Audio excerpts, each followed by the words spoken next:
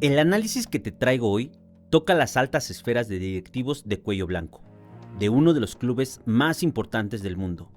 En febrero de 2019, en las oficinas del Fútbol Club Barcelona, entra un sobre certificado, pero no es una factura o un contrato de comercialización, ni mucho menos una solicitud de transferencia. Es una advertencia. Al final del documento se encuentra la firma de un hombre que durante 25 años fue el segundo a bordo de todos los árbitros en España. Y viene a recordarle al Barcelona una sola cosa: que él sabe demasiado y no tiene miedo en hablar. ¿Y cuál fue la respuesta del Barcelona ante esa amenaza? De la cuenta de una de sus sociedades salieron más de 557,000 euros, porque los expedientes no se esconden, y este expediente es el más incómodo de la historia del fútbol español, y que eso sí, en nada empaña la conquista del Mundial 2026. ¡Vuelve a ser campeón del mundo! ¡Lo ganó contra... Uno, porque es un caso que ocurrió a la fecha en la que grabamos el video, hace más de 7 años. Y dos, porque este video no trata de su éxito deportivo. Para eso, ya lanzamos nuestro video sobre el Tiki Taka 2.0, y en donde lo confirmamos como una potencia futbolística.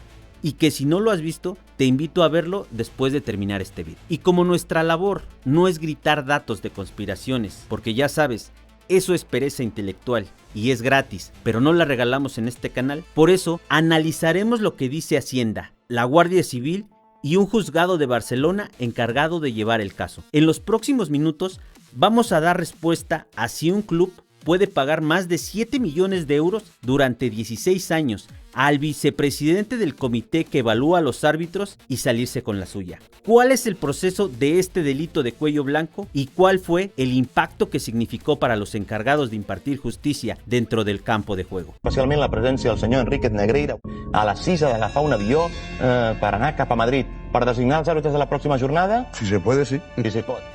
No te voy a prometer penales comprados, te voy a enseñar algo mucho peor: cómo se compran legalmente indemostrable. Este es el expediente Negreira. El FC Barcelona se intentó desgravar como gastos deducibles los pagos que hacía el número 2 de los árbitros, ¿no? Los incorporaba en sus declaraciones de Hacienda. Y durante muchos años la agencia tributaria aceptó esos gastos como deducibles, hasta que en un momento dado, de manera muy reciente, pues le pidió explicaciones de cuál era los justificantes y el respaldo documental de esos pagos. Y ahí empezó todo. El FC Barcelona tuvo que admitir que los pagos a José María Enríquez Negreira no tenían justificación documental, que no había informes, que no podía acreditarlo de ningún tipo. ¿Qué ocurre? Que en el marco de esa inspección tributaria, José María Enríquez Negreira declaró de manera absolutamente sorprendente, contando que él había cobrado para que los arbitrajes del FC Barcelona fueran neutrales, ¿no? Entonces la agencia tributaria envió lo que era un expediente administrativo, tributario, a la Fiscalía para que investigara aquello, y ahí empieza, ese es el germen del procedimiento judicial del mayor escándalo de la historia del fútbol español. Vámonos a donde empiezan casi todos los grandes escándalos deportivos modernos, en una inspección fiscal que nadie esperaba o para la que no estaban preparados. El fisco español detecta irregularidades en los impuestos de una empresa llamada Dasnil 95, empresa ligada y perteneciente a José María Enríquez Negreira, ex árbitro de fútbol y presidente del Comité Técnico de Árbitros entre 1994 y 2018. ¿Y a qué se dedicaba esa empresa? En el papel comercializaban productos de publicidad, merchandising y regalos de empresa, así como a la producción de videos y la asesoría técnica en temas deportivos y de arbitraje. Y quiero que guardes ese dato, sobre todo el de arbitraje, porque más adelante verás su importancia. Y tú sabes que cuando Hacienda tira del hilo, no encuentra solo una empresa involucrada o cosas irregulares, encuentra todo un ecosistema que sostiene la corrupción, porque tras realizar la investigación, 3 cifras conviven en el mismo informe, y las 3 son oficiales, no son inventadas por mí. El auto judicial habla de 7.3 millones de euros entre 2001 y 2018, canalizados por 3 sociedades: Dasnil 95, Nilsat y Soccer Camp, esta última propiedad de su hijo Javier Enríquez Romero. Porque no sé si solo soy yo el que lo cree, pero noto que cada vez que se destapa un caso así, el responsable siempre involucra a su familia. ¿Tú qué opinas? Déjamelo en los comentarios y guárdate el dato del hijo porque volverá al final. Y no como esperabas. Fuentes judiciales citadas por el periódico El País suben hasta 8.4 millones de euros repartidos en pagos a 7 empresas distintas.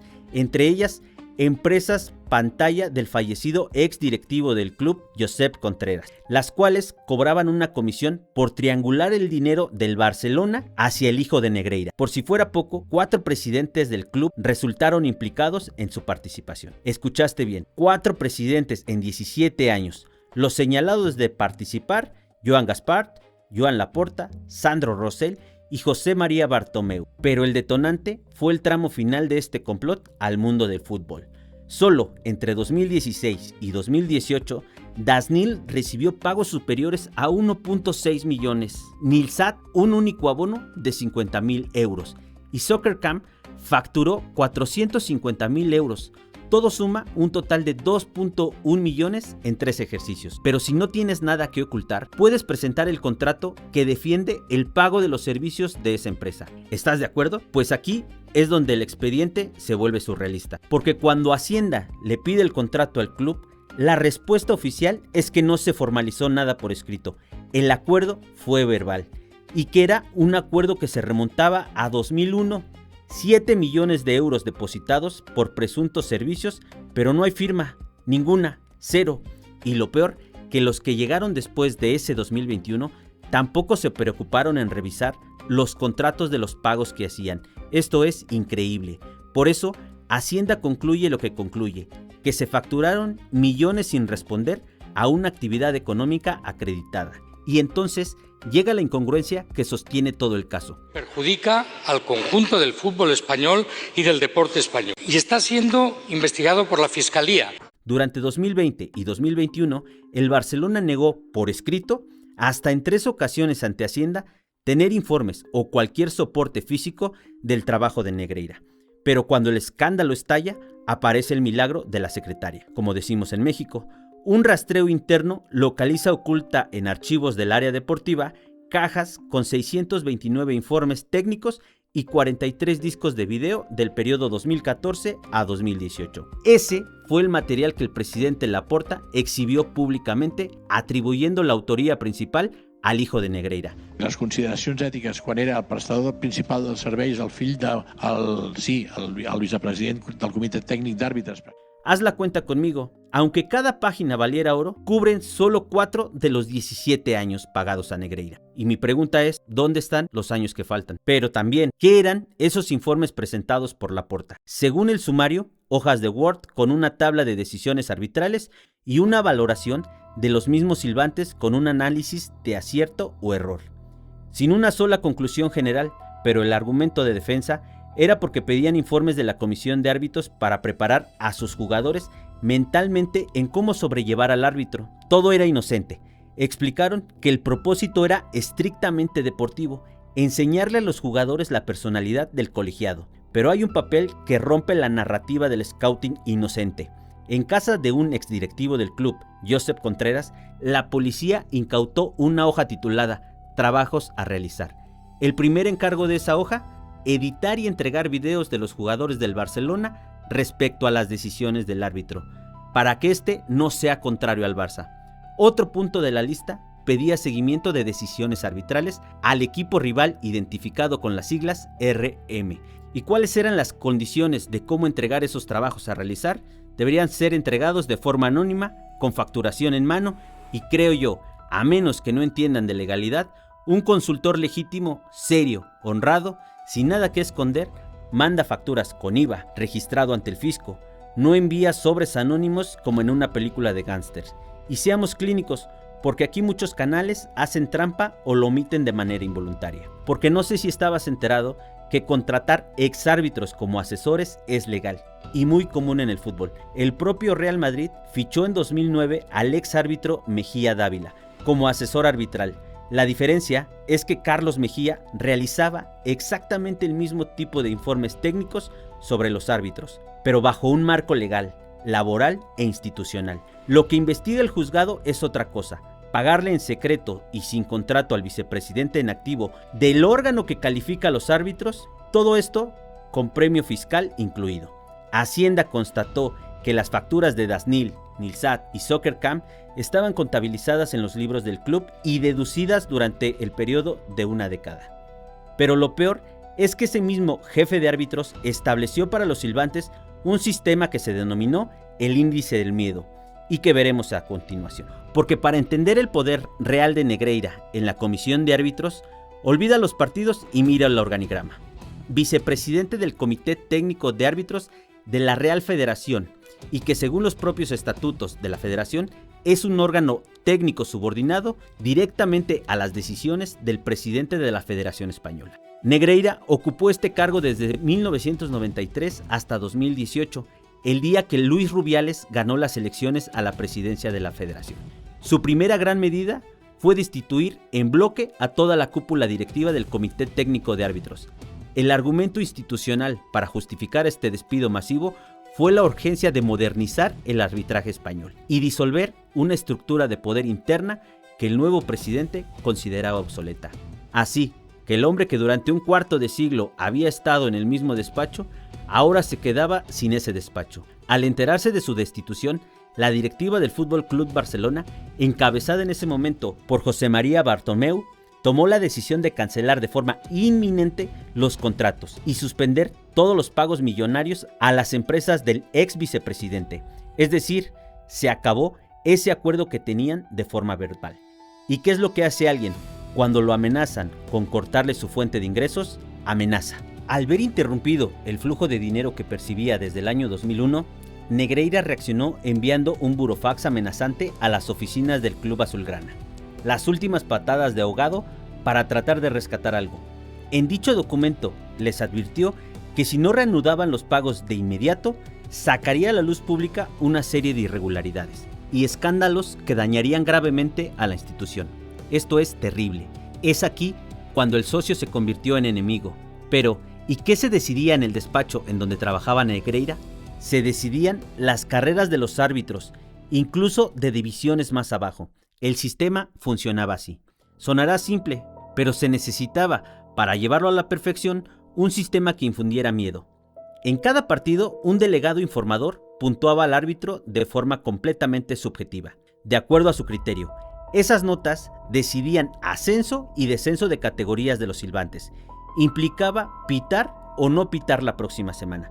Estas puntuaciones, después el comité podía corregirlas con lo que el propio juez Aguirre bautizó como el índice corruptor. Y entre las funciones de Negreira estaba precisamente puntuar a los árbitros condicionando el ascenso o descenso de la carrera arbitral de una persona. Todo esto fundamentado gracias a su poder sobre el resto del comité.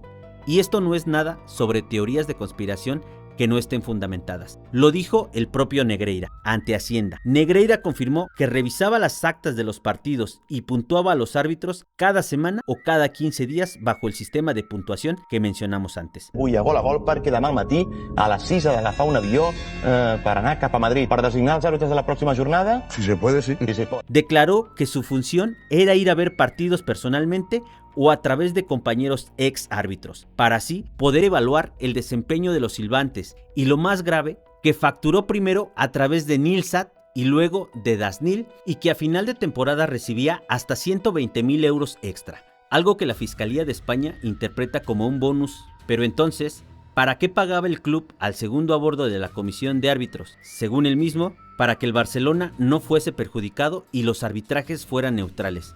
Incluso llegó a explicar que no cobraba de la Federación porque ya cobraba del Barcelona. Esto es imperdonable y es la cereza que coronó todo el expediente. Esa frase está en un expediente fiscal documentado y no en un foro de conspiración, pero el retrato definitivo lo firma la Guardia Civil en su informe para el sumario. Estas conclusiones fueron remitidas al Juzgado de Instrucción número 1 de Barcelona en septiembre de 2023. Los testimonios de los propios colegiados valida cada una de las siguientes conclusiones. 1. Durante la etapa de Negreira, el arbitraje en España no fue imparcial. Tuvo un funcionamiento irregular, en la que existía una tendencia a favor del club.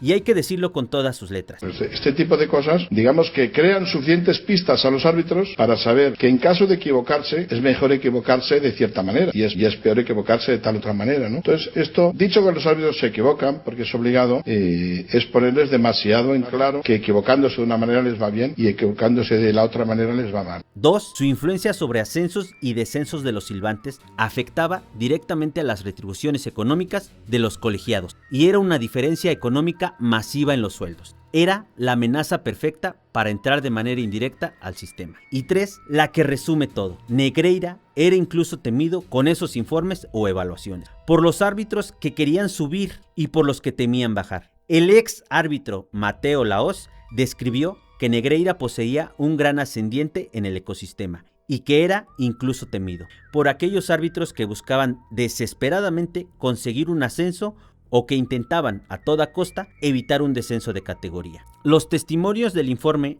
lo ponen en textura, y un ejemplo claro es el del ex árbitro y delegado informador Alfonso Álvarez Izquierdo, que situó a Negreira entre las 5 personas con más poder del comité y declaró que en las valoraciones individuales Negreira llevaba la iniciativa, siempre tomaba protagonismo en las mismas.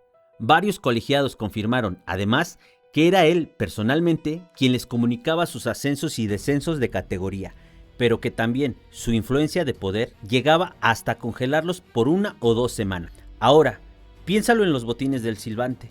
Imagina que tu sueldo, tu categoría e incluso tu futuro profesional depende de la nota que te pone la misma persona que cobraba de manera sospechosa del equipo al que tú le vas a arbitrar el próximo domingo. Él no necesitaba pedirles nada. Es un secreto a todas luces que si les pitas mal, tienes una mala evaluación. Es el esquema perfecto. Y ahora, 2 hechos que no podemos esconder, porque sin ellos esto sería propaganda y el video quedaría incompleto. Y tú con un mal sabor de boca. Primero, Hacienda advirtió a la Fiscalía que no pudo acreditar que los pagos influyeran en la designación de los árbitros, ni alteraran los resultados de partidos. O sea, que esos pagos sí existieron, pero las declaraciones de los árbitros no fueron contundentes para asegurar que sus decisiones arbitrales influyeran en los partidos durante todos esos años. Y segundo, en todo el informe, ningún árbitro ha sido investigado ni acusado. Todos aparecen como testigos. Por eso, este video no dice partidos comprados, dice algo más inquietante, que la sospecha nació dentro del propio gremio. El colegiado Javier Estrada Fernández se querelló contra los Negreira, contra el padre y contra el hijo, por presunta corrupción deportiva en febrero de 2023. Un árbitro en activo interpuso un proceso legal contra su ex jefe y solo me genera duda de ¿por qué no se realizó esta acusación en el momento en el que sentía amenazado por esas evaluaciones? Simple, nada se había destapado y quizá no existían las pruebas suficientes. Y lo sé gracias a que presenté la querella, porque si no, no lo hubiera sabido nunca. Porque cuando yo presento la querella y formas parte de la acusación, claro, recibes la información. ¿Y cuánto vale exactamente ese miedo infundido en los silbantes? Porque esa presión tiene precio de mercado y es importante señalar de cuánto representa para los silbantes esa designación o descensos de categoría. Déjame enseñarte la nómina de un árbitro y el agujero por el que se cae. El árbitro profesional en España se rige bajo un convenio colectivo firmado con la Liga y la Real Federación Española, que sitúa a los colegiados españoles como uno de los mejores pagados de todo el fútbol europeo. Los componentes de su salario incluyen un salario fijo mensual garantizado de 12.500 euros. Pite o no pite partidos, eso es una remuneración anual de unos $150,000 al año, más 4.200 euros por partido dirigido como juez principal. Cifras que con las actualizaciones recientes llega hasta 4.900 euros y los árbitros que dirigen en el VAR reciben 2.450. Todo esto se suma a los más de 25.000 euros anuales por derechos de imagen. Y te preguntarás, ¿qué son esos derechos de imagen? Si nunca veo árbitros en comerciales o similares, esto es debido al patrocinio que portan en sus uniformes oficiales, lo cual te da un total estimado entre 250.000 y 300.000 euros brutos, dependiendo de la participación que tuvieron durante el torneo y que lo sitúa en una buena posición económica aún para los estándares de Europa. Y esto solo es en España, porque el techo de verdad está fuera de España y también era decidido de manera indirecta por Negreira con su índice, porque el verdadero prestigio y los ingresos adicionales más jugosos provienen de obtener el gafete internacional. La UEFA paga por categorías. Un árbitro del grupo Elite con mínimo 5 años en Champions percibe 9.680 euros por partido. El escalón abajo es el de desarrollo de Elite con una remuneración de 6.300 por juego. Y eso se traslada a un mundial, porque para el mundial de 2026 las estimaciones de prensa hablan de un pago base de entre 70.000 y más de $100.000 solo por integrar los equipos arbitrales. Esto más bonos por partido, que en fase de grupos podría alcanzar los $10.000 por juego. Pero ojo con estos datos, ya que la FIFA no publica un tabulador oficial, quizá para no incentivar que alguien pueda negociar por fuera. Por eso, ese dato lo digo como lo que es, como una estimación, porque lo que buscamos es que entiendas la catástrofe que pudo significar que Negreira le pusiera la cruz a un árbitro. Ahora, un árbitro internacional de Elite suma entre su sueldo fijo 20 partidos aproximadamente como árbitro central, más 10 jornadas de VAR, el bono por imagen y unos 5 partidos europeos. Su sueldo debe rondar los 335.000 euros al año. ¿Y qué pasa si desciende a segunda división? En la práctica, la lista FIFA se reserva a la Elite de primera, así que el gafete FIFA se va con la categoría. La nómina cambia, pasa a un sueldo fijo de apenas unos 6.000 euros al mes, 1.800 euros por partido y 900 por VAR. Esto apenas da una suma de unos 111.000 euros anuales, dependiendo el número de juegos. Si te das cuenta, el espacio económico entre pitar en segunda y pitar en primera es más de 200.000 euros de golpe. 2/3 de tu vida económica borrados por una clasificación, borrados por un hombre que cobraba del equipo al que le pitarías el fin de semana. En el escenario más conservador, para un árbitro que no pitaba en Europa, que no tenía gafete internacional, la caída sigue superando el 60%, unos 180.000 euros anuales. Y aquí está el punto que convierte esto en una conspiración, y no en una simple idea, porque la conexión entre miedo y dinero no es mía, es la Guardia Civil Española la quien concluye que a Negreira se le temía precisamente porque el descenso suponía una gran diferencia en las retribuciones de los árbitros. Este control no necesitaba órdenes, no dependía de gritos o amenazas. Le bastaba la aritmética de su herramienta más simple, algo que Negreira denominó como el índice de corrección arbitral. Quizá estés pensando que un caso así solo puede terminar de una forma: sanciones ejemplares para los responsables, títulos en revisión por parte del equipo involucrado, un antes y un después en el fútbol. Pues guarda esa idea, porque ahora te explicaré qué ocurrió. Porque la decisión clave de esta historia no la tomó un juez, la tomó un club. En 2018, con la remodelación del comité de arbitraje, tras el cambio de la federación, Negreira sale del comité y los pagos, como era entendible, cesan en ese mismo instante. El club, que lo tenía contemplado en su nómina, aunque no registrado, decide dejar de pagarle. Bartomeu, presidente del Barcelona, diría después que fue un simple recorte de costes. Pero para ser un proveedor de simples informes técnicos, la reacción fue peculiar. El 3 de diciembre de 2018 llega un burofax de sus abogados. Reclama facturas pendientes por más de 200.000 euros y sostiene que de 2003 Dasnil prestó servicios por indicación de los presidentes Laporta, Rosell y Bartomeu, con una exclusividad exigida por el club. Pero el tono ya no es comercial, el tono de su mensaje es legal.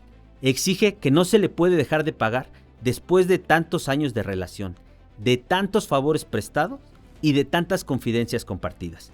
Y las palabras que usa en el texto me llaman fuertemente la atención: favores y confidencias. Palabras que un consultor no debería escribir y menos hacerla llegar por medio de sus abogados. Porque ese primer burofax no quedó ahí, vino la amenaza en un segundo burofax. Negreira escribe que su sorpresa y decepción han sido mayúsculas, que se las toma como un insulto personal e injustificado, que tiene la firme intención de acudir a los juzgados, con consecuencias negativas seguras, y remata diciendo: no creo que otro escándalo favorezca al club. Al salir todo esto a la luz, tras la investigación, el mundo lo enmarcó sin ambigüedad. Esto fue una amenaza de contar, sin miramientos. Las irregularidades que conocía de primera mano por parte de uno de los equipos más poderosos del mundo. Al salir todo esto a la luz, tras la investigación, el mundo lo enmarcó sin ambigüedad. Esto fue una amenaza sin miramiento. Las irregularidades que conocía de primera mano por parte de uno de los equipos más poderosos del mundo, y es aquí donde muere la frase viral que quizás has leído por ahí. En ese burofax dice: destaparé un escándalo de proporciones mayúsculas, pero la realidad textual es más fría y por eso más grave. Este documento corta hacia los dos lados de la demanda. Para la defensa es la prueba de que el club fue víctima de una extorsión por parte de Negreira. Bartomeu confirmó el burofax y las amenazas recibidas, asegurando que a cambio del dinero recibían informes por escrito y en DVD. También sostuvo que Negreira tenía cero poder sobre los árbitros, pero la parte acusadora de este burofax los deja muy mal parados, porque un proveedor descontento demanda por impago, promete escándalos y recuerda confidencias. Y aquí te pregunto a ti, ¿qué relación comercial termina con una amenaza de secretos? Una vez destapada la cloaca, las caídas de los involucrados ya no se detienen. Hacienda requería al club desde 2019 para justificar las deducciones de esos pagos. La inspección a la empresa Dasnil, propiedad de los Negreira, destapa el resto.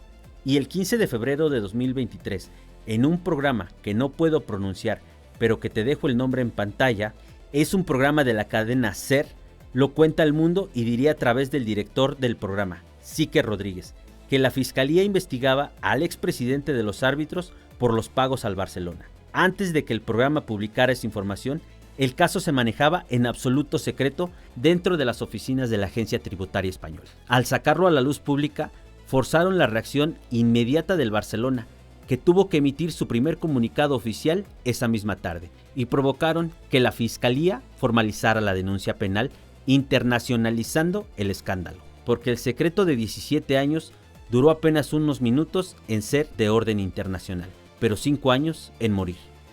Y entonces me genera una pregunta, sobre todo de alguien que ama al deporte y al fútbol en particular. ¿Quién juzga todo esto? Más allá del juicio social, ¿quién hizo o está haciendo algo? La respuesta, te adelanto, casi todos los que podían hacer algo decidieron esperar. ¿A qué? ¿A que se enfriaran las cosas? Ahora, si este video lo estás escuchando desde España, te invito a comentar qué te hizo sentir sobre lo que sigue.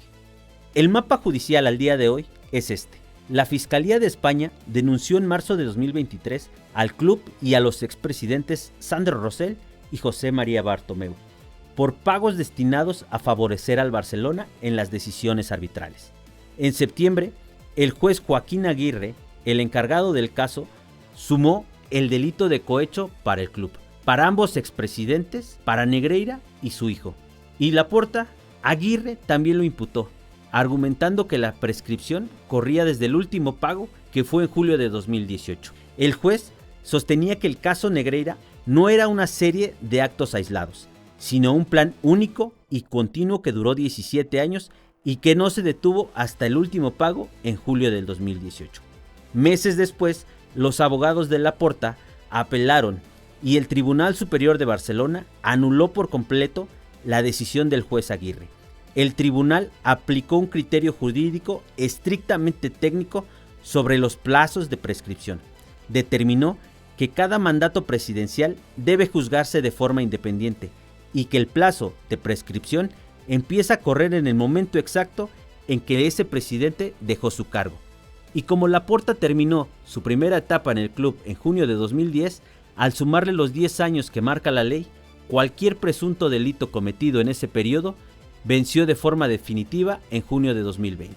Y como la investigación judicial formal inició en 2023, la audiencia de Barcelona resolvió que los actos de primera etapa de Laporta estaban jurídicamente caducados. Eso quiere decir, o yo lo interpreto, que puedes cometer cualquier delito de cuello blanco. Mientras no te atrapen en los siguientes 10 años, ya la hiciste y te salvaste. Todo esto es un laberinto legal que salvó a Laporta. Hoy, el mismo Laporta declara como testigo porque él formó parte de la cadena de pagos y conoce el funcionamiento interno del club. Defiende que mantuvo los pagos por la utilidad de los informes y que los árbitros no le favorecieron en absoluto y que incluso perdieron varios títulos por errores arbitrales. El club, como persona jurídica, sigue investigado en todo este caso. Continúa imputado por el delito de corrupción deportiva. Si el juez dictamina que la institución se benefició de un entramado ilegal, el club podría enfrentar sanciones graves, que van desde multas millonarias hasta la suspensión de actividades o la inhabilitación para competir. Y Rosell y Bartomeu fueron citados a declarar como imputados en junio. Deben responder por qué autorizaron los incrementos de dinero a las empresas de Negreira y qué recibieron exactamente a cambio de los millones de euros entregados al número 2 de los árbitros de España. Y es aquí donde se rompe medio siglo de diplomacia deportiva.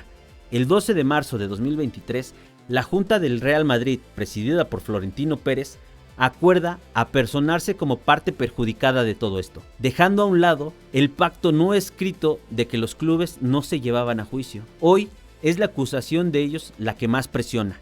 El Real Madrid pidió postergar la investigación 6 meses más, hasta 2027, con testificales ya fijadas para noviembre de 2026. Sus abogados se centran y están poniendo el foco en el control interno del club y en sus auditorías, buscando demostrar que pasaron por alto estas irregularidades de forma consciente y premeditada. Y en junio de 2026 escaló a Europa. El club merengue exigió formalmente a la UEFA reactivar de inmediato el expediente disciplinario contra el Barcelona.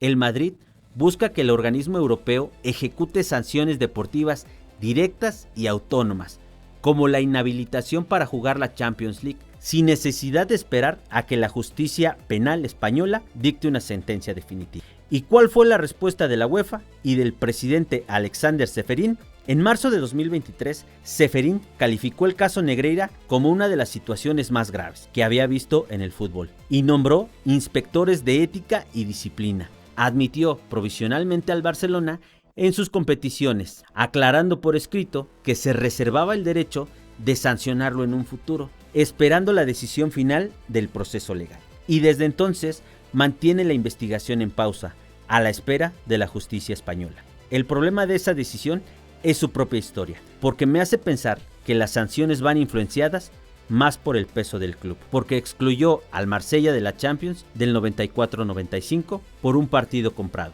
y en 2016 dejó fuera de Europa por 10 años al Skanderbeu albanés, y con un informe de indicios, pero sin nada concluyente, y es aquí la doble moral, porque no hubo condena penal previa en los tribunales de Albania. La UEFA actuó de oficio bajo sus propios estándares de integridad. Entonces la pregunta se hace sola. Cuando el investigado es una de las marcas que sostienen el negocio televisivo de la Champions, ¿la vara se mide igual? Yo no tengo la respuesta, pero los precedentes ahí quedan. Y en España ni siquiera hay pregunta. La infracción deportiva prescribió a los 3 años del último pago. Llegaron tarde por diseño del propio reglamento. Y cuando parecía que al menos habría un juicio, llegó el giro de 2026. En 2024, los forenses concluyeron que Negreira, pese a sus fallos de memoria, podía declarar. Déjame contarte algo. Cuando armábamos el proceso de investigación del video, un amigo me dijo algo que decidí incluir, que cuando no están acusados o fuera de prisión, gozan de excelente salud, pero cuando son imputados o en la cárcel, casualmente les ocurren todas las enfermedades posibles. ¿Tú qué opinas? Déjamelo en los comentarios para saber si solo es idea de mi amigo. Negreira se negó a declarar. El diario de Pontevedra y de la cadena COPE detalla el estado de salud de José María Enríquez Negreira. Mencionan que el nuevo peritaje de marzo de 2026 certifica un empeoramiento significativo de su deterioro cognitivo, un trastorno neurocognitivo con posible Alzheimer, que según los analistas lo convierte en nulo para el proceso y podría abocar su causa al archivo. El hombre que escribió Confidencias compartidas podría no responder jamás. Y la última puñalada que expone la mayor ironía del caso proviene de su propio hijo, autor de la mayor parte de los más de 600 informes, pero declaró ante la jueza bajo juramento que él jamás supo que su padre cobraba millones de euros en la sombra por parte del Fútbol Club Barcelona, que solo descubrió la relación de su padre con el club en 2018 y que al confrontarlo, la respuesta fue que no era asunto suyo.